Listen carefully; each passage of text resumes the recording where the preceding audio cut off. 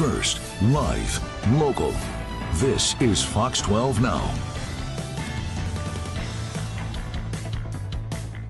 And also, I want to mention, we've been seeing AI for a long time now. This is not just brand new, even though people are talking about it more. We started seeing artificial intelligence way back when we started seeing the Nest doorbells, the Ring doorbells, and the Nest security systems that are voice activated, the Alexas, the Siris, all of this. And so we started seeing progression over time. And now we're starting to see it more with things like ChatGPT and other sources. So being able to keep that information accurate, private information safe and private, healthcare related information protected as needed, and then also just making sure that we know, okay, well, AI created this, but who owns it?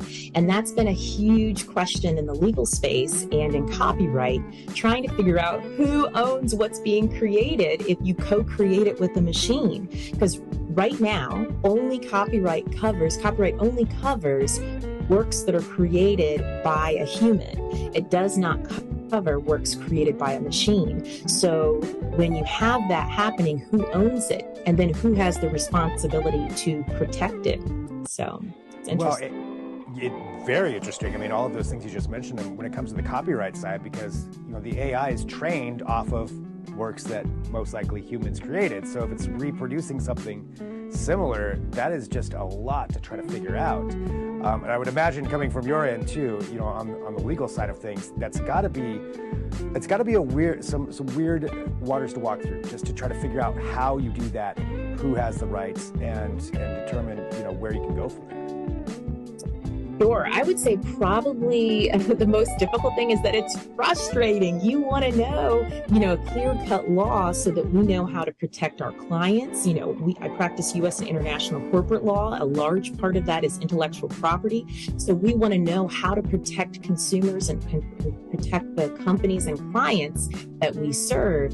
And if the law is only set up to protect what a human creates, then that makes it difficult if there's co-creation, if the human created it in conjunction with a machine. But courts are just now starting to have to face this issue more.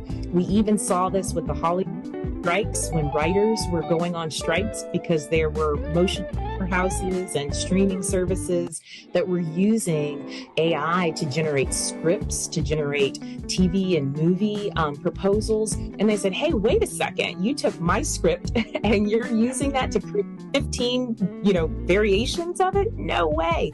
So we need these regulations that are going to be put together by these forums like the Frontier Model Forum, like what's happening in Oregon and so forth, so that we can put protections on that and protect the writers and protect the creatives, really.